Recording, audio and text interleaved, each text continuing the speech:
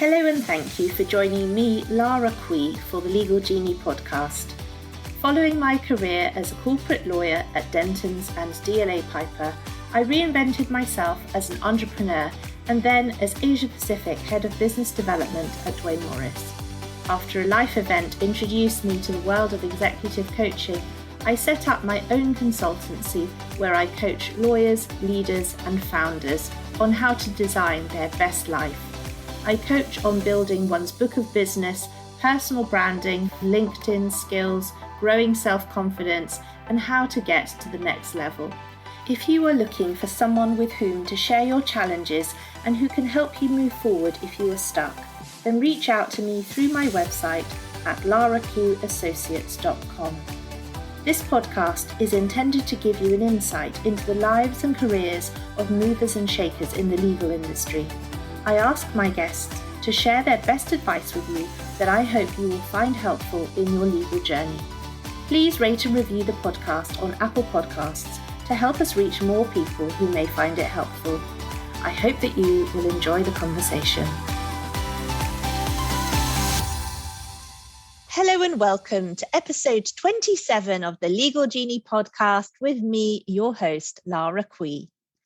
Today, I'm excited to have, for the very first time on the Legal Genie podcast, a YouTuber. I'm feeling very modern. Angela Vorpahl is an American intellectual property and human rights attorney turned YouTube channel host and creator of the Law School Master Plan Strategy course, designed to help law students master their time, compete for top grades, and position themselves for their dream job out of law school. So welcome to the show, Angela. Thank you so much for having me. I'm so excited to be here. I always like to start at the very beginning. So give us a little overview of your family background and where you grew up. Sure. So I'm originally from Texas and I come from a big family who lives all over the state of Texas. So we moved around quite a bit, but basically hit all of the major cities. So Houston, Dallas, and Austin for anyone who's from that area. I see. Everything is big in Texas, right? Exactly. This is what I learned when I went on a Kontiki tour of America. And we landed in Texas and there were huge steaks and huge rocking chairs outside steakhouses. And I went to rodeos and it was just a fantastic kind of very outdoorsy lifestyle there. Yeah, that's amazing. Yeah, we're very proud of the culture and the food and sort of the vibe. So it was a really great place to grow up. Yeah. So tell me about your first degree and what you studied. Sure. So I went to St. Edward's University in Austin, Texas, and I actually went there on a volleyball scholarship. I was recruited to play volleyball, which is how I found that university. And I majored in political science and Spanish. And I started out not really knowing what I wanted to focus on. And I knew that the earlier you picked a major, the better, just because you could get more credit hours towards that degree. And so I remember randomly picking political science because right around that time was the big Bush-Gore presidential election with the huge recount. And so that was really interesting to me. And so I thought I'd give political science a go. And what I found was about one semester in, I had met with academic counselor or career counselor or something to start picking classes for the following semester. And she mentioned that the Texas State Legislature was in session and would I be interested in trying for an internship? And at the time I had zero concept of what a legislature was, much less a state one versus the federal one. And I don't even know that I was aware. I should have been aware that state capital is Austin, but that the sessions were being held, of course, in the city of Austin. And so the crazy thing about the Texas state legislature is they only meet every other year. And so it just so happened when I was a freshman that they were going to be in session. And so I said, why not? And I applied to every representative and senator who had internship postings, and I wound up getting an internship. And it was just the most thrilling experience of my life up to that point. It it was so intense and everybody was so passionate about their issues. And because that session was only 180 days, it was very frenzied, which I loved. And I remember at the end of that year, going back to her and talking through whether to potentially change my major to international business, not so much for the business part, but more for the international part, more for the language part, honestly. And she said, you can, but you'll lose all of the credits that you just took for the last year. And so that solidified political science for me. And I actually wound up interning in the Texas legislature every single spring semester for the rest of college, which was what I was able to do because the volleyball season was in the fall. So I would play volleyball in the fall and then I would intern in the spring. And that was just so much fun and was my introduction to lawyers, actually. So that introduction was what led you to then take a law degree? Yeah, absolutely. So unbeknownst to me, I would say this is true for any state or even at the federal level. A lot of the representatives and senators are lawyers. A lot of their team are also lawyers. So the legislative directors, the chiefs of staff, people in the different government agencies. And so that was my first time I'd ever been around lawyers. And it was interesting to see that you could do something policy related that wasn't in the stereotypical law firm like you see, of course, in movies and TV shows. And so that's what got me interested in it, because I thought policy was just so fascinating and politics was just such a rush. And then seeing how a lot of people had chosen to make law school that step in between is what started me thinking about law school for the first time. And what about anybody in your family? Did you have any legal exposure at that point in time? No, zero. I had never spoken to a lawyer or met a lawyer or anything. And I never seriously considered it until I guess my sophomore year of college, when I had my second year of interning. And I started asking around about what the process is like and what the steps are. And, oh, if you're going to take the LSAT, you have to start studying in January. And this whole thing, once you started backing up the timeline, if you were interested in going straight through, it actually starts quite early. And so I remember it was the summer before my junior year, I guess it was. And I'd gone on a nonprofit trip to Nicaragua for about 6 weeks. And I just remember spending that time thinking, is this really what I want to do? Do I want to try for it? What if I don't wind up liking it? Would it be worth the risk to try? And I came out of that experience thinking, yeah, I think I would like to go for this. I didn't have a lot backing up that decision, except for the fact that I had met quite a few people in policy that had a law degree. I really enjoyed the government side. I knew I was strong in writing at the very least. I wouldn't even say public speaking because I was very shy in front of a crowd, but at least in a small audience, I didn't mind speaking my mind. So I was like, those are things that people say that lawyers do or skill sets that they have. So I'm gonna roll the dice and guess that I'm gonna like this. And so when you started your degree, did you find that you did enjoy the academic side of law?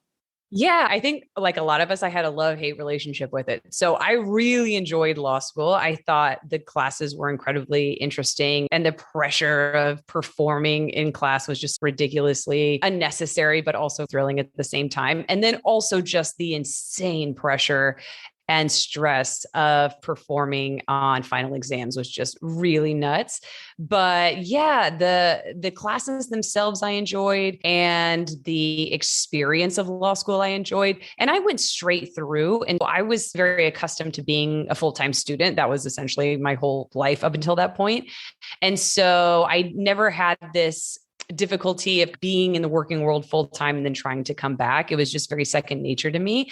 And I knew how to do school and I knew how to do it well. And so that part was really fun. And also the aspect of any school at any level is there's just very specific checkpoints to hit. And there are very clear delineations of success. And so being a type A personality, I really thrived in that environment. So when you left law school, what was your first role and what were your aspirations at that point in time?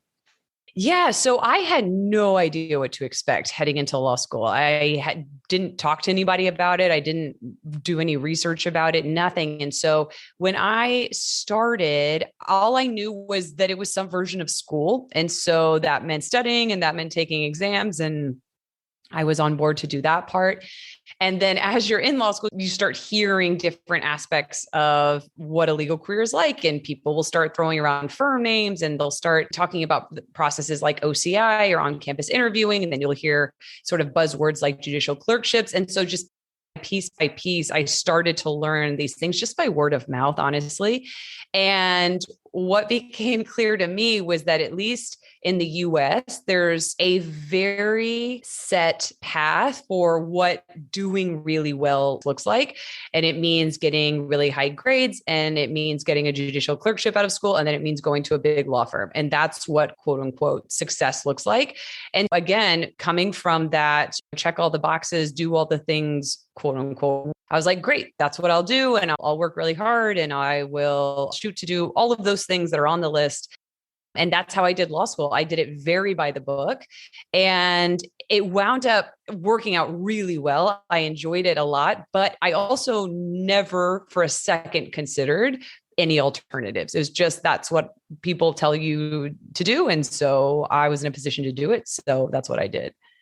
I know what you mean. And I think it's very interesting that you say this track was what success looked like, because within law, and I don't think it really matters which country you're in, actually, there's that whole definition of success in terms of big law, right? These certain international brands that are the epitome of what every law student feels is the ultimate. So to make partner in one of those firms is the goal. And so even like straight out of law school, you're thinking about, okay, this is where I'm going.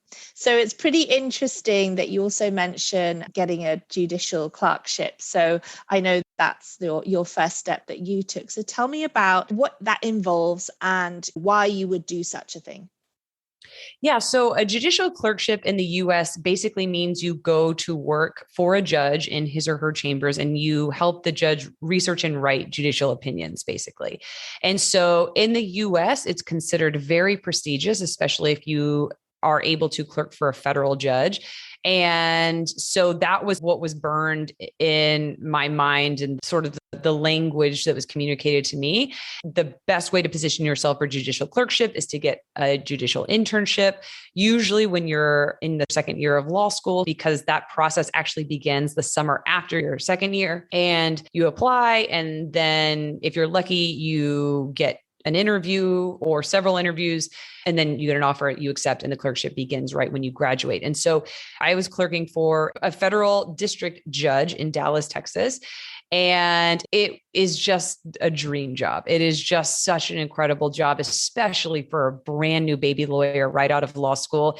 They give you crazy amounts of responsibility, which no brand new lawyer should have, but it really accelerates the learning process. It just puts it on turbo speed because you're sitting in these oral arguments and you're sitting in these trials and you're being asked to research and have an opinion about how these different disputes should come out. And you're writing a ton and you're researching a ton.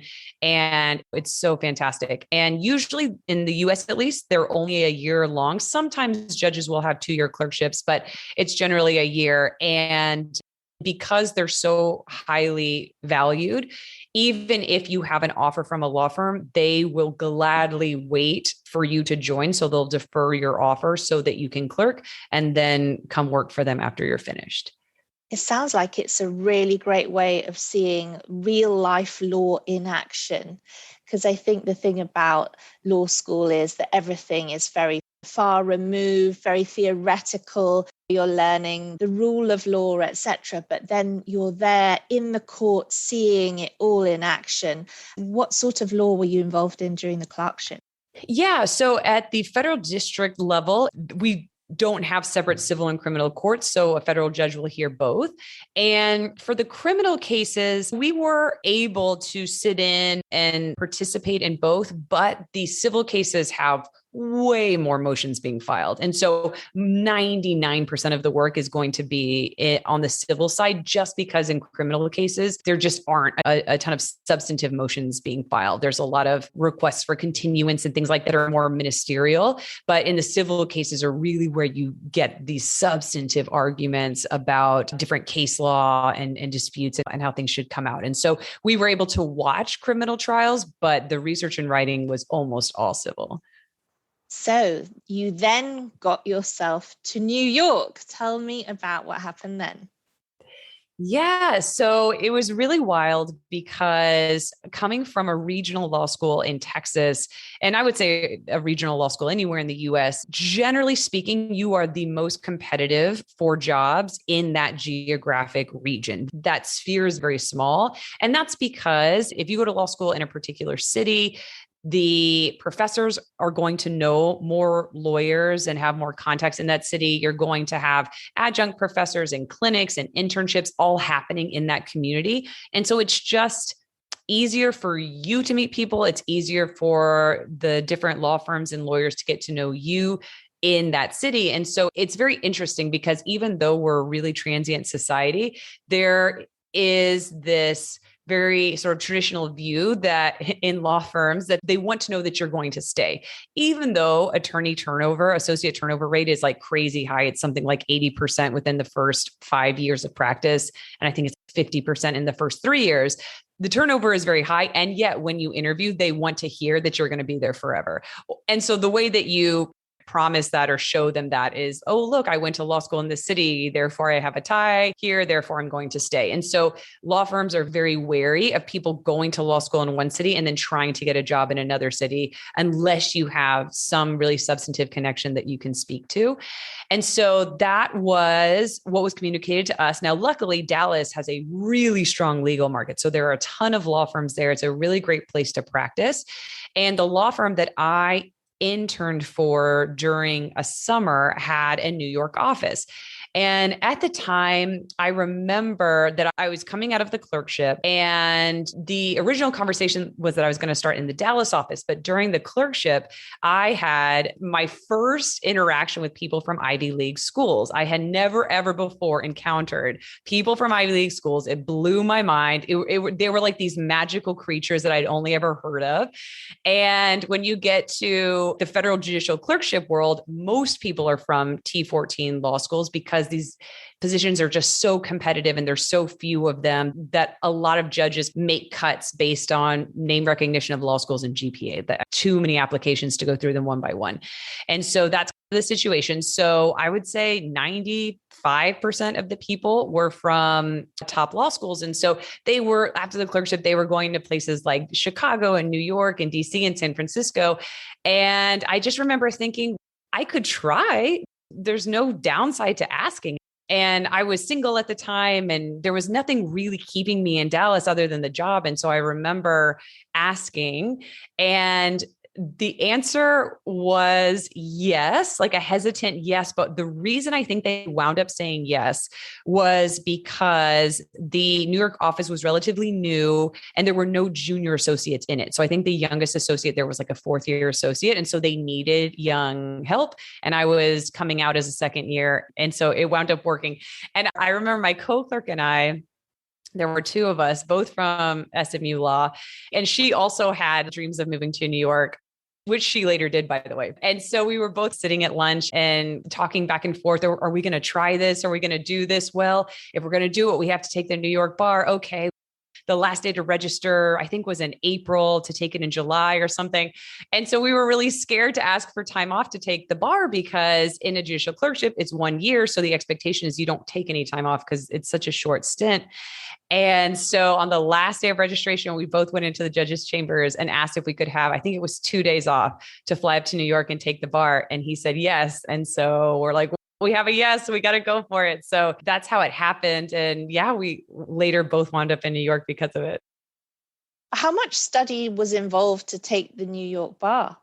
Yeah. So generally speaking, when you take your first bar exam, the recommendation is to study for about 2.5 months. So the semester, you graduate from law school in your final year in May, and then you sit for whatever bar you're taking in July. So it's about 2.5 months. And most people study that entire time because there's just so much law to memorize, essentially. Even the bare bones of all these different areas of law, it's just a ton. And so that's usually what they recommend.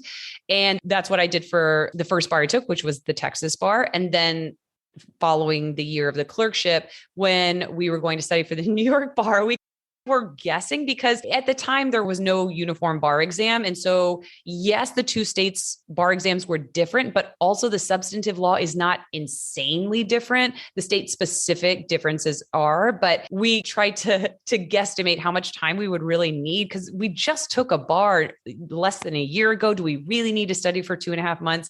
And so what we decided was we were going to study for 6 weeks and we were just going to do it somewhat intensely rather than slow roll it out over 2.5 months. So 6 weeks total. And then the final 2 weeks, we went really hard right before the exam. Wow. So it sounds very intense, but you obviously managed to pass. Oh yeah, but not without drama. So I remember sitting in the New York bar, and at the time, the Texas bar was 3 days. The New York bar was 2. So that was a nice step up. And there's this break in between the essays. So the essay day is 3 essays in the morning, 3 essays in the afternoon with a break in between. And I just remember walking to my car and just crying. I failed. I didn't know any of the answers to any of those questions. This whole plan is ruined, just bawling.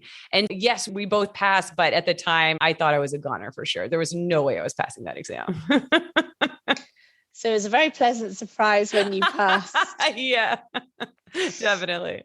So there you were, hotshot New York lawyer. What is it like being a New York lawyer?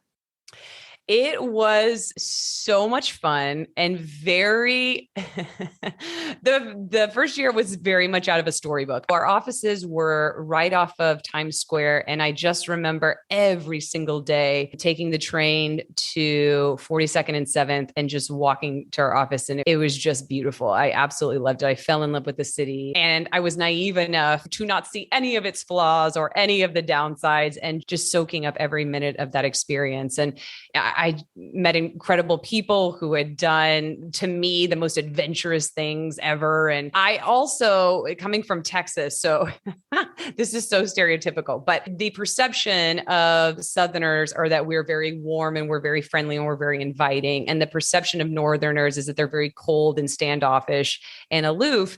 And so I fully expected heading into that office that everyone would just be a total jerk and wouldn't have a word to say to me. And what I realized about New Yorkers is that they are standoffish in the wild. So like when you're just walking around on the sidewalk or in the subway, nobody makes eye contact, nobody says anything because there are too many people to interact with if you were to interact with every single human that you come across. But when you get them in a normal human environment, like an office, for example, they were incredibly friendly. They were incredibly sweet. And I made really good friends there. So tell me about why you chose to specialize in intellectual property. So I didn't. It chose me. I had no idea what IP law was when I started law school. I never heard of it before. It never occurred to me that was a thing that somebody could practice. And I had no scientific background, no particular interest in technology. I was probably the least well-suited person for that role. But when I interned for 2 different law firms the summer after my 2 year, and I remember that the IP practice group of this particular law firm was just blowing up and they were incredibly busy and they had so many cases. And so the different projects that I was working on were just so exciting and so energizing. And they had me doing some really cool things. Whereas the other practice group I was a part of at the other firm was just very mellow and slow and established and about a 3 to a 4 in terms of speed. Whereas the other place was like a 9.5 all the time.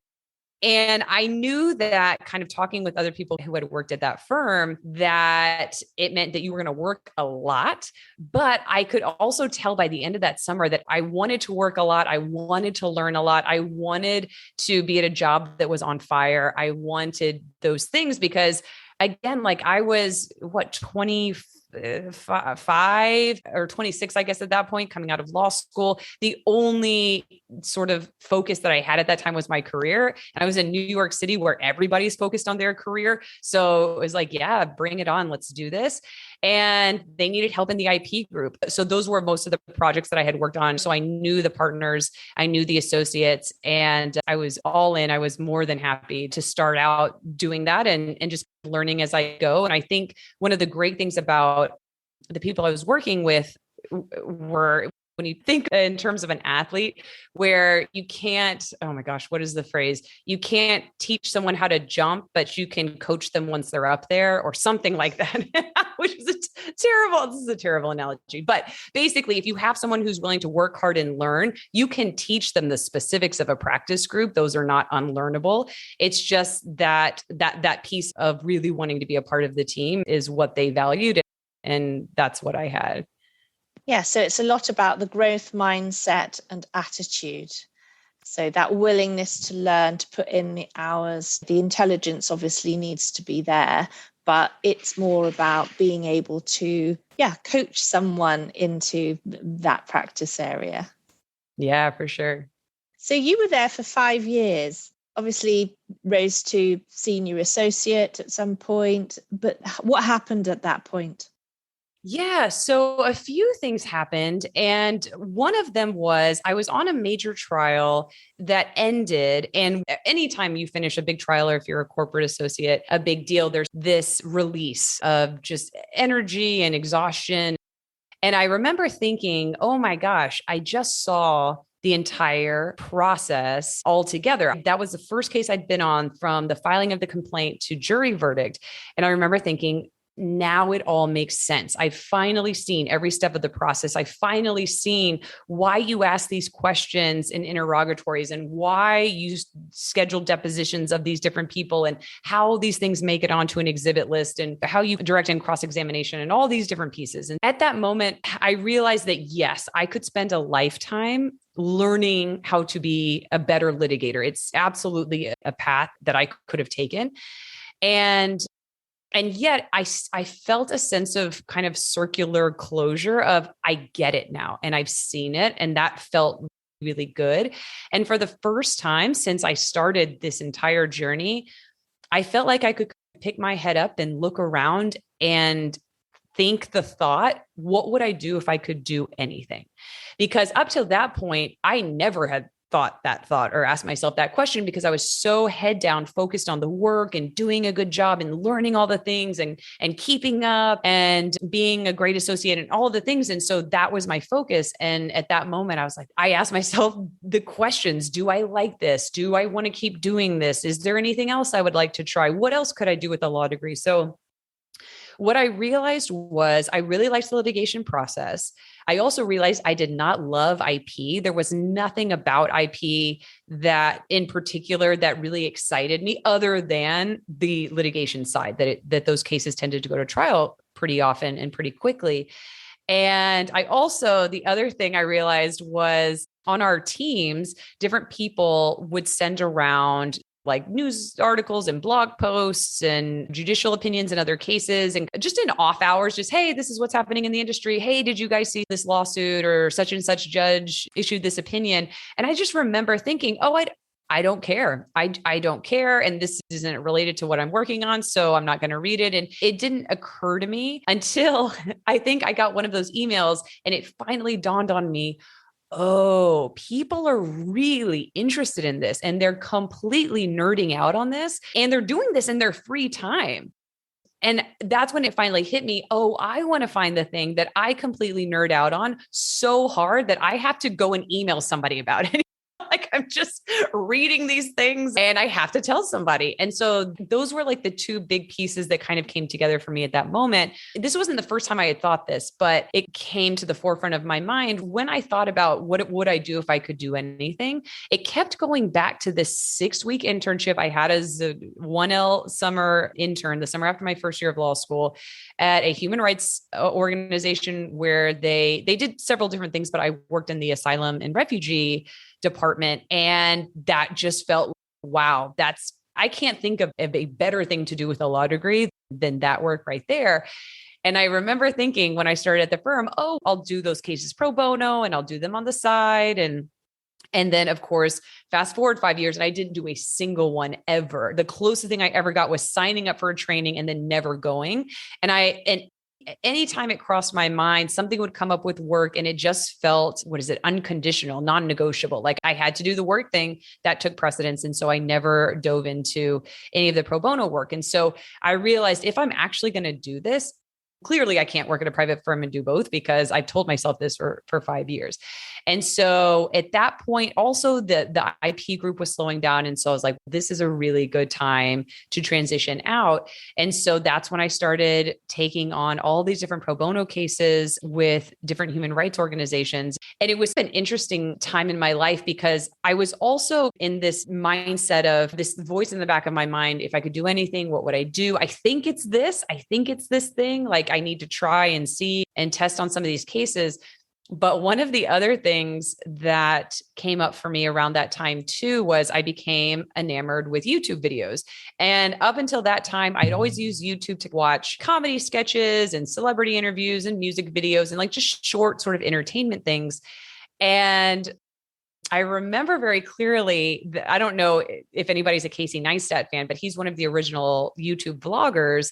And I started watching his videos, and the ones that I were most attracted to had to do with, so he vlogs a lot about his life in New York, and he's a filmmaker, and he just has this really fabulous looking life. But there were also videos where he would just give advice. He would just talk about life, and he would just talk about obstacles and overcoming them and being the best version of yourself and going after your dreams. And I was just so inspired by them. I love those videos to this day. And that was the first time I realized, oh, YouTube can be used for educational content. Like it doesn't have to just be for entertainment content.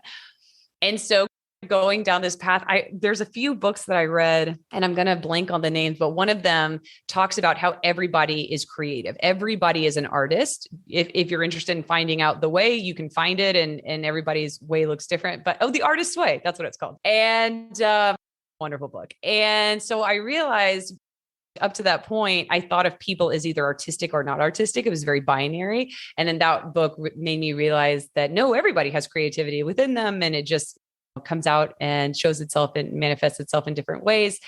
And so I remember this is all like processing and stewing and bubbling together. And then I decided if I could do anything, I would talk about the legal industry in YouTube videos.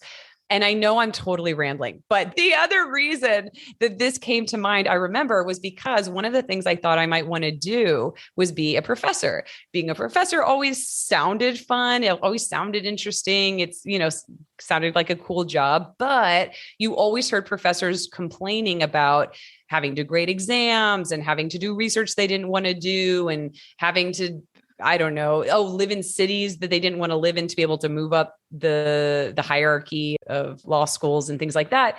And so I was like, well, what if I didn't have to do any of those things? And what if I just taught whatever I wanted to teach, and whoever wanted to learn would just watch the video? And if you didn't want to learn it, you just wouldn't watch the video. And it's just everybody's getting exactly what they want. And that thought just blew my mind.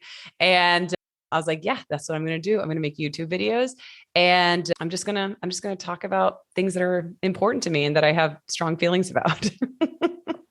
Quite a journey, wasn't it? What I hear in that is having really got under the bonnet of what intellectual property practice looked like. And as you said, it was almost like a jigsaw. And when that final piece fell into place and you saw the big picture, you suddenly went, oh, okay, this is what it's all about. And actually, it's not really what I thought it was, and it isn't actually for me. So there's that dawning realization. But then in the background, you had thought, okay, but there was a time when I thought the human rights elements and the things I experienced during my internships and things like that, these could be really interesting. And so you pursued them. And certainly on your LinkedIn, you definitely went for it. I can see that you did, I think, after your IP time, at least 6 different ones, and one even in Argentina, which sounds very exciting. But let us get on to that whole dawning of your YouTube realization, the epiphany of YouTube. And in those days, when it comes to law, there aren't that many lawyers on YouTube. Lawyers tend to be terribly traditional. They don't like to step out of their comfort zone, very risk averse, highly skeptical that YouTube could be anything other than frivolous. And so here you are, though. Tell me about your actual YouTube journey. How did you learn the skills? Because there are lots of technical skills involved, certainly sound, the content, planning your content, video, editing music, finding music that isn't copyrighted, all of these different elements. How did you learn all of those? I will say that it was so incredibly difficult and it was so messy. And so I started to answer your question. So in terms of the technical side, I don't even think I would have started a YouTube channel, except that my partner is also a YouTuber. And so he is incredibly knowledgeable about film and audio and lighting and editing and sound. And so he taught me all of it. And I gave up on YouTube, I don't know, maybe 7 times a day for the first year. And just there were so many learning curves, and I'm totally terrible with technology. And inevitably, you research something and you write out the script and you film, you make a 2-sentence take 15 times and you film the thing finally and you record it and you edit it. And then the audio was broken, or the half of the video didn't record, or the lighting was terrible and you had to redo it. And so it was just like banging your head against a brick wall. It was so rough. And that was just the technical side. And then the mental block side was even worse. And so I was making these things. I made, I think it was about, was it 10 or 12? I made videos for an entire year before I actually uploaded one because of all of the things you just said, this risk aversion and this fear of being seen. And at the time I was thinking I was still going to apply for sort of traditional roles in a traditional sort of legal organization. And so I just figured if I publish these things, I'm going to be unhireable. People are going to see this. They're going to think, what in the world is she doing? And also, not to mention, any of the things I could be saying are wrong. This is my experience and my thoughts. And as a lawyer, you never want to say anything that could potentially be used against you or that could potentially be incorrect. And so just spouting out information just felt like the antithesis of everything that we had learned and trained for up until that point. And yeah, it was terrifying. I remember the night that I pressed upload on my first YouTube video and I was on Facebook and I had written out the caption and I had technically uploaded the video and I was waiting to push publish. And it took me something like 6 hours of just like walking back and forth from my computer and just thinking, I'm not going to do it. No, I'm not going to do it. Okay, you did the whole thing. You wrote the caption, you edited it. What were all those videos for if you're not going to publish them? And then I finally press publish. But that was an entire sort of self-development journey just to get to that point. And there were so many books I read and so many podcasts and so many conversations I had because my partner is very creative. I also have a sister who is an actress. And so she's in the creative world too. And it was just such a blessing to have those people in my life where they could identify with how scary it is to create something and to put something out there and really resonate with those feelings. And then the book that actually got me to push publish is called The Art of War. It's a very short book.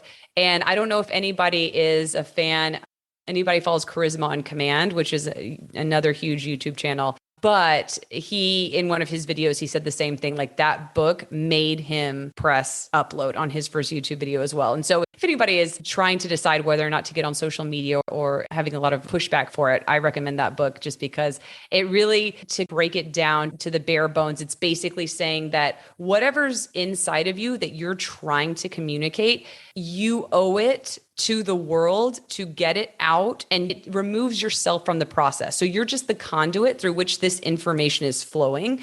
It has absolutely nothing to do with and no commentary on you as a person or you as a professional. It's just your responsibility to get it out there. And so that really changed my entire perspective on it and helped me become very impenetrable when it came to uploading and creating these videos. And so now I can do it without having nervous breakdowns every single time. But for a long time, for a year and a half after that, I would just freak out every time before I pressed upload because I felt like my entire world was crashing down around me. So that was a nuts experience, both from a technical standpoint and also from like a mental, emotional standpoint.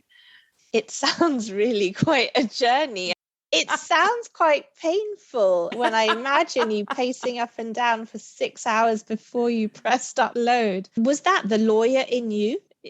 Was it the lawyer that was having so much trouble with that? I know that many lawyers struggle with social media. Oh my gosh, yes, 100%. It's just pounded into like risk aversion and not opening yourself up to any possible, I would say, criticism, but it's even more than that, incorrectness. Like the less you say, the better, because then nobody can find an email or a deposition or a phone call, or we're just, especially if you're a litigator, like you've seen people do deep dives into like messages and conversations and things. And there's even memes out there that says, write your emails as if one day they'll be read aloud in a deposition. And so for you to intentionally put things out into the world is like the death knell to what a good lawyer would do, because you're so trained to protect yourself and protect your voice and only speak when you need to. And when you talk, make sure every single word is exactly how you want it to be. And there's only one way to interpret what you said. And so to try to loosen that up and to talk openly was the hardest thing. And I still struggle with it today. I've listened to some of the podcast episodes of people that you've interviewed, and I'm just so jealous of the way that they can just be genuine. I still feel very put together. Like when I'm talking to anyone, I can tell my mind is filtering everything I'm saying at 100 miles per hour to make sure I'm saying it exactly. And so I look forward to the day where I stop caring at the level I'm caring so that I can actually speak a lot more genuinely than I do now. But yeah, it's tough to unlearn that. And it's also really valuable in a lot of ways. And so when something has served you, it's hard to turn your back on it when you're not 100% convinced that the other approach is better or safer or will give you whatever results it is you're looking for. And so, yeah, I continue to aspire to be someone without a filter when I talk. That's interesting, because the good thing about pre-recorded YouTube is that you can edit out after you've watched it and decided, actually, I don't want to say that on that video. Delete. Oh yeah. Delete. And that's happened. Yeah, that's happened. When I've been scared and it feels like I'm reaching too far, I won't include it. And so I've done it now for about 3 years. And so now I can sense myself very slowly lightening up and softening up and being more genuine and saying what I think. But it is a journey and a path, and I am still not there. And it's probably going to be years before I am. So when it comes to your channel and your course, tell me about the kind of students and kind of people who you've targeted and who find most value in it. Yeah. So when I started the YouTube channel, the things that I felt most strongly about were all of the frustrations of being a young associate at a law firm. And it was specifically all of the things that people don't tell you and don't train you on and don't teach you. And then that eternal friction of you thinking you're just a total moron and you're messing everything up and you're going to get fired at any second. And just a total failure. And then after you make mistakes and stumble through it and you learn on your feet and 2-3 years pass and you look back and realize there was so little support there. And there were all these unspoken rules and in terms of etiquette and different ways of operating that nobody told you. And so you're walking into a lion's den is a terrible way to say it, but you're walking into a really tough situation that nobody prepares you for. And so it was just all of these frustrations with that process from the lens of a junior associate who all they want to do, and that was me, all I wanted to do was just be an amazing lawyer and work hard and learn and do everything right. And I just got hit over the head over and over with really, I guess, hard, uncomfortable experiences because I just didn't know what I didn't know. And so that's what the YouTube channel was originally intended to be. That's how it started out. And I was training people on, okay, here's what you need to know about working in a law firm. Here are the things that they're not going to tell you. Here are the different skill sets you're going to need. And all the way to like substantive stuff of like depositions and trial prep and strategy and things like that. And because it was all the things that I wish I would have known starting out. So I made videos like that for a while. And then every once in a while, I would make a video that was kind of higher level, like what is a lawyer and how much money do lawyers make? And what do you do as a lawyer? And like these very basic things. What is law school? And I realized over time that I was getting so much more engagement with those more basic videos, people asking questions and people leaving really generous comments and things like that. And I realized, oh, the people who are actively finding me are not new lawyers and they're not even in law school. It's pre-law school, like people interested in possibly becoming a lawyer. And so once I finally figured that out, I started to make a lot more videos that were tailored to that community, where it was like, here's the basics of what you need to know about law school. Here's the basics of what you need to know about being a lawyer. And it was what I realized was because the YouTube channel was always meant to be just a passion project on the side. And at the end of 2019 is when it finally hit me over the head how much I was enjoying this and how much I loved answering questions and comments. And I would just write 7 paragraphs of here's everything I know about what you just asked. And I loved it. And I absolutely loved it. And so that's when it finally occurred to me that I was full-time. So with your channel as it is now, how do you increase your audience numbers? How are you getting out there and how are you monetizing it? Yeah. So YouTubers in general, and I would say this is more for educational content, but you do a mix of the types of videos that your audience wants to see. So for me, anything that's super high level, anything that has to do with big law, anything that has to do with law school are topics that my audience really likes to see. And then you need to balance that with what topics are interesting to you. If there are questions that I've always wanted to know, so for example, I have a video coming out tomorrow about non-traditional law students, and I went straight through. So I didn't have a non-traditional law student experience, but I was getting a ton of questions from people who were in their late 20s and 30s and 40s asking if they should go back to law school. What is that like? What are the job opportunities? And so I remember thinking, well, I don't know the answer, but I can sure find somebody who does. And so I went and I interviewed a bunch of attorneys and compiled a video with frequently asked questions and best practices and best advice. And so there's always that balance of, what my audience wants to see. And then also what I just want to get out in the world and things that I feel strongly about and I need to somehow communicate. And so that's usually what the balance looks like. And then I'll also keep in mind questions that people have asked or where we are in the cycle of law school and starting at a law firm, the most common pain points that people have at different parts of the year.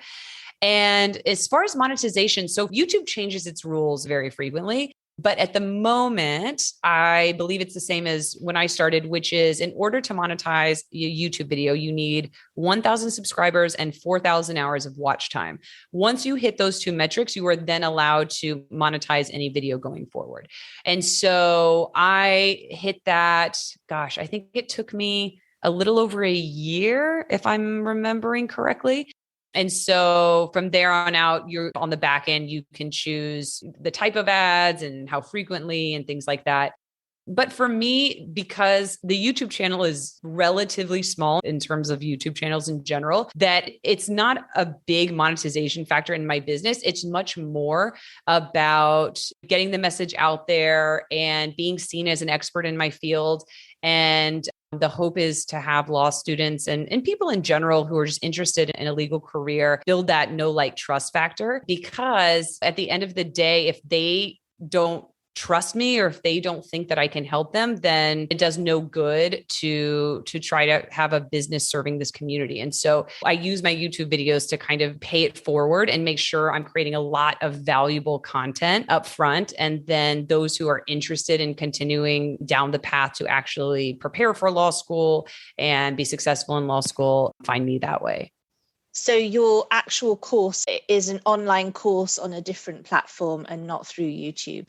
Correct. Yeah. So my course, Law School Master Plan, is an online course and group coaching program. And so basically the 3 phases are preparation for law school. So what to do before law school begins to make sure you can optimize these next 3 years. Once you're in it, so that first semester, I actually walk with students step by step through the first semester, so August to January, to make sure everybody's understanding the study steps, implementing correctly, answering any questions that come up, delving into final exam strategy.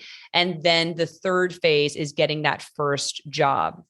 And so for most of my students, they're 1Ls, so they're first year law students. And so that first job will be their summer job, but some of them are 2Ls and 3Ls. And so the job they're looking to get is actually their first full-time job out of law school. And so those are the 3 major phases, because those are the ones that law students and pre-law students struggle the most with. And so what are the most challenging things that law students are facing, and what sort of advice would you give to any lawyers listening at the moment? So I think that's such an interesting question, because the thought came to me immediately. It's so bizarre that in US law schools, the content has been taught the exact same way for over 100 years. So the same cases, the same format, the same types of exams, everything is almost exactly the same 99.9% of the time in 99.9% of the law schools across the country. And yet there is so much confusion and uncertainty about how to actually do well in law school. And that was the same when I started. That's the same 10 years out now when I'm coaching law students. And it's just the most bizarre and ironic situation in that there's so much information out there about how to study in law school, and yet it is still very confusing. And I think the reason is because most of the information out there is talked about it at a very high level. So you'll hear buzzwords like case briefs and outlines and issue spotters and things like that. And so at a high level, a lot of us have heard those words, but we don't actually know what to do with them. So we don't actually know the best way to create a case brief, or what an outline really is, or what does studying for final exams mean. And so I think that the best favor you can do yourself is recognize that just because someone has told you the basics doesn't mean you should expect yourself to know how to execute. Because I remember hearing words like supplements and practice exams and office hours. And when you walk into law school, you are so inundated with the workload that even if those are things you're supposed to be doing, there is absolutely no time to implement them if you don't have a strategy going in. And I didn't. And so they just get pushed to the side because you're so desperately just trying to survive the day to day. And so I think that's the hardest thing. I guess that not knowing the specifics and the step-by-step of how to do well. And I think the partner to that is that most of us who go on to law school, generally speaking, did really well in undergrad, did really well at university or college. And so we're very used to getting good grades. We're very used to understanding things right away. We're good at school, which is why we've decided to continue on. And so a lot of what happens, and a lot of the students that I work with are in that same boat. And I was the same when I started law school of, oh, I hear it's hard, but how hard could it possibly be? I've always gotten straight A's. And then you walk in and you're just crushed by the workload, by the content, by the structure of exams, the structure of grading. And it's just an entirely different world. And it takes most people burning a semester or two and just bombing before they start to even get a footing with how they're supposed to study and how to do well. And so my mission is to prevent that from happening and give law students what they need before they start, so they don't have to walk into a $250,000 investment and have absolutely no idea how to actually get the most of it. Certainly, law school costs a lot of money in the States. You just mentioned $250,000. Yeah. So did you spend that kind of money as well? And are you still paying off that loan?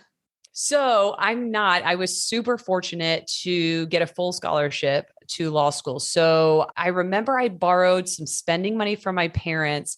And that first job I got as a judicial clerk, I remember I was able to pay them off by Christmas. So I was super, super lucky. This is like a whole different conversation about how you can actually apply for and get these different scholarships. Because if you can create financial freedom for yourself, then you can take any job you want. You can leave any toxic job at any time. And what is so tough in the cycle that continues for most people in the US is that you have to take out all of these loans to go to law school. You don't really know how to maximize your time there. So sometimes maybe you get okay grades, maybe you get a job, maybe you don't. And then you get stuck in something that you're not particularly fond of, but you have student loan debt to pay. And so that's this cycle. There's a lot of other aspects to it too, but what the demands and requirements of the job. But that's what tends to perpetuate this unhappiness and this stuckness, because you have a lot of money to pay off. And a lot of the times you need to take jobs that you're not really in love with in order to make that happen. And so I think that the educational part needs to come so much earlier. And what I do is part of it. So understanding how the law school system works and how to get the most out of those 3 years to set yourself up to be successful. But even before that, there's a whole nother sphere of coaches coaching around just the financial piece. So understanding what that money means and how that debt plan plays out and how you get scholarship money and how the LSAT plays into that and admissions. And so there's all of these different sort of cottage industries trying to help pre-law students and law students really dig into each and every one of these pieces so that they can hopefully graduate and be really excited and fulfilled lawyers and not have to start in an industry where they already feel defeated.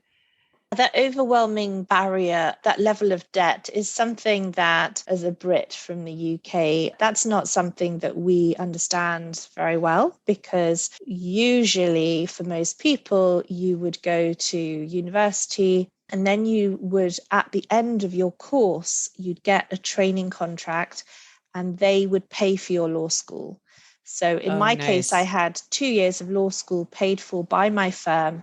So my final year at university, I already knew that was fully sponsored and that I had a job at the end of those 2 years. So amazing. I really enjoyed college. I enjoyed the College of Law, doing that study and then going straight into the job, and then 2 years and then you qualify. But all of that is fully paid. So I had an allowance during law school as well, which was very generous. So I enjoyed that. And then, knowing that you have a job as well is a big deal. Yeah. Even though in the UK and certainly here in Singapore, we don't have debt like that, but people still feel pressure to remain within a job that they're not happy in.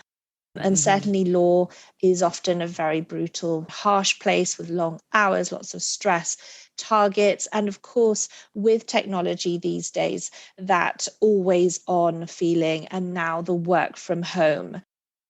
So what issues have come up for you in this new COVID reality? Are you seeing new questions come on your YouTube channel because of this environment? That is a good question. So for the law student side of things, for the last year and a half, most students have been in the quote unquote Zoom school of law because nobody was allowed on campus for a long time. And it was really tough on students because they were just in their apartments or maybe a room back in their childhood home. And they didn't get the experience of camaraderie with their classmates and really feeling connected to their professors. And speaking of the money piece, spending tens of thousands of dollars just to be on Zoom all day, which was really deflating in terms of energy and an expectation. And so everything I heard from students was that it was a very rough time.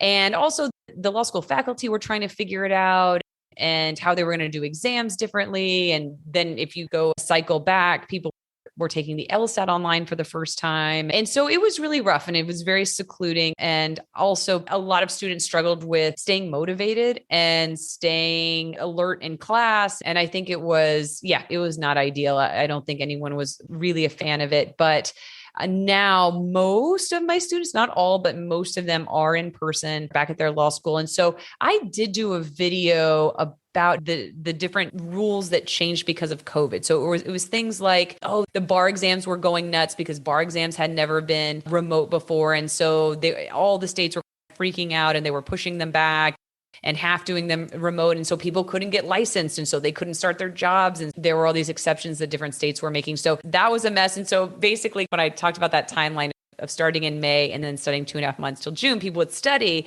and then it would get postponed and then they would study again and then it would get postponed. And so there was just in this stop and start and wait and see, really stressful environment.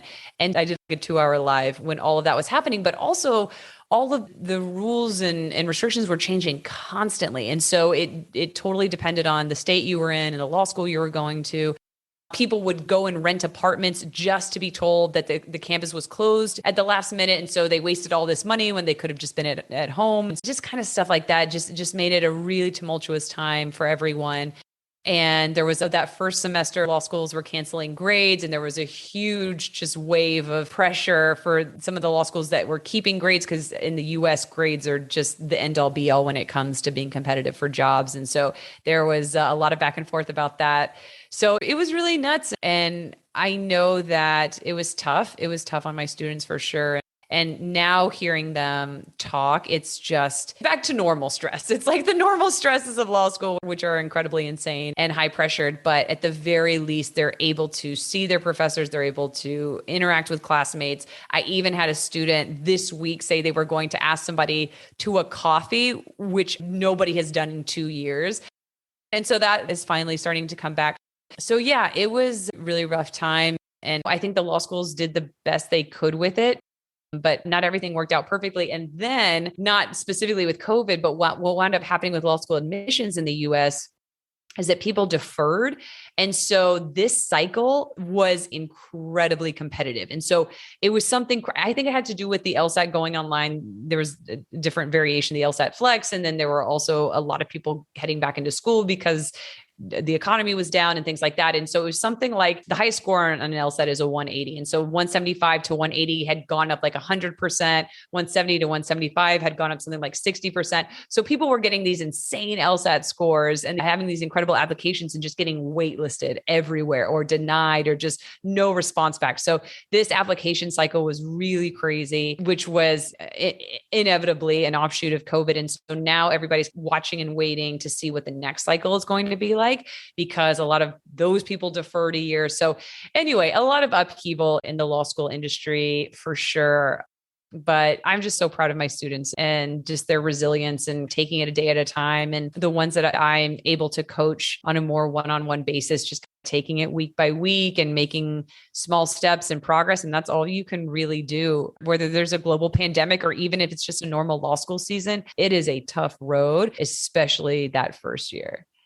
It sounds like having you there and with all the advice that you offer, the virtual support through your YouTube channel and the individual coaching in your course has been really helpful for law school students. And so I'm sure they're so grateful for you, Angela. So tell everyone where they can find you and the name of your channel. Yeah. So on YouTube, it's just youtube.com/Angela Vorpahl. And that's where all my YouTube videos live. And then in terms of finding me on social media, I'm most active on Instagram at Angela Vorpahl. And then of course, you can also find the professional side of me on LinkedIn. So a little bit all over, but if you check out a video and you leave a comment, I am all over those. I love hearing from people and I love giving my thoughts back. So no question is too random to solicit a response. Thank you so much for your time and your insights today, Angela. Yeah, thank you so much for having me. It was such a pleasure. Thank you for listening to this episode of the Legal Genie podcast. If you found the content at all valuable, please leave a rating and review on Apple Podcasts. It helps other people in the legal industry find the show And don't forget to share this with anyone you think would benefit from listening to it as well. Until next time, have a magical week ahead.